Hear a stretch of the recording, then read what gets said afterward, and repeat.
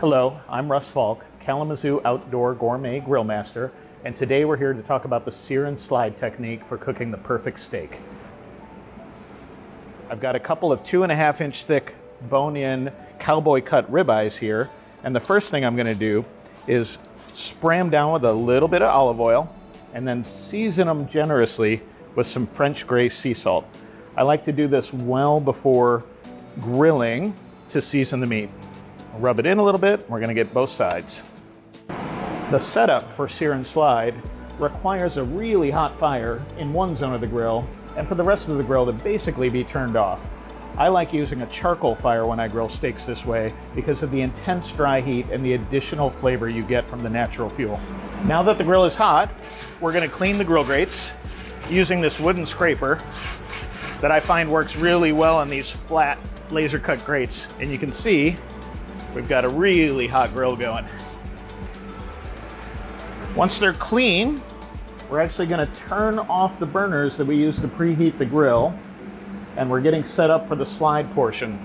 The searing portion is only going to take about a minute per side. In fact, you can see how quickly we pick up browning on these steaks over such a hot fire. So we're going to flip them once, and then we're going to rotate them 90 degrees for all over browning. And we're going to flip back over again. So these are nicely seared, and we're going to start building up that Maillard reaction.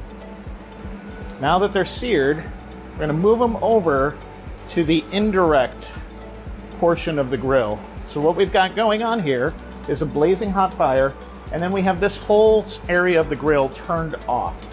And we're going to close the lid and use the grill like an oven to let those steaks gently coast up to a temperature of medium rare on the inside. The slide portion of our sear and slide cook takes about 20 minutes, and we're going to flip and move these steaks around every 5 minutes or so as we build up more browning and coast up to that internal temperature of 125 degrees. Our goal is a nicely browned exterior with as close to edge medium rare inside as we can, and that's the beauty of the sear and slide technique. The steaks have actually been coasting up to temperature for about 25 minutes. Again, we are looking for 125 degree internal temperature. We're right about there.